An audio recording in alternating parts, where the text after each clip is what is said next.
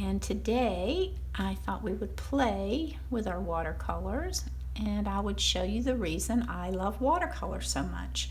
I have squeezed out these water droplets with a syringe, and I thought it would just be fun to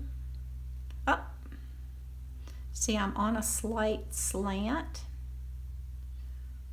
and the colors I'm using here are core colors because they do tend to burst.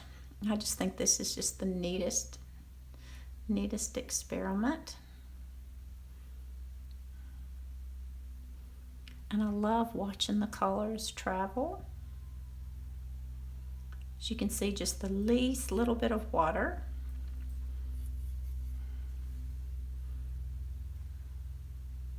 And this is the beauty of watercolor right here. This is why I love watercolor. Okay, I'm going to send that back because watercolor, the pigment follows the water.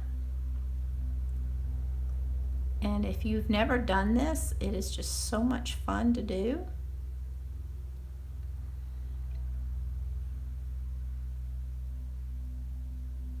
And it really shows you how awesome watercolor really is, and how it travels through the, it uses the water to move the pigments. And this is just a cute, wonderful little exercise. And if you don't have anything to do and you just want to play with your watercolors, I strongly suggest that you just do this. And of course, when this dries, it will dry flat. But as you can see, this is how watercolors mix in water.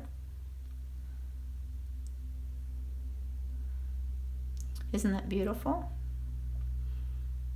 This is why I love watercolor right here. Because you can't really control it. You can attempt to control it, but as you can see, it will do its own thing.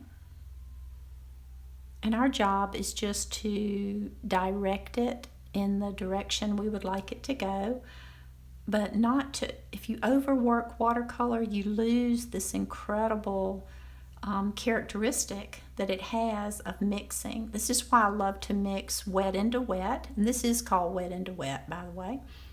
But I love to watch these colors mix, and they come up with the most beautiful combinations that you would have never thought of. So that's just a little fun thing I wanted to share with you, a little exercise. And as you can see, if I move the paper, it will continue to move until it dries. So, and the more you tilt it, the more it's all going to blend into one color. So anyway, I hope you found that fun. Okay, I'm back. Now I'm playing with, these are Dr. P.H. Martin's Hydrus watercolors, which I have put in this Pentel Aqua pen. And now I'm just playing with that, basically.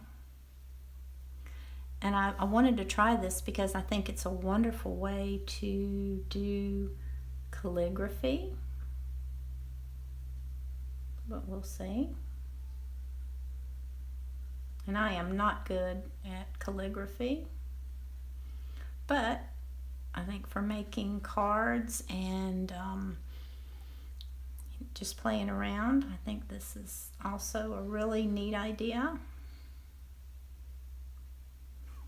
And I love the way the pigments sit in, look at that. That is really funny. I love the way this just sits in the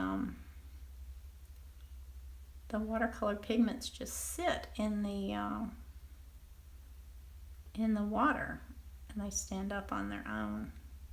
It's a very difficult, it's difficult to get an effect like this with a watercolor brush.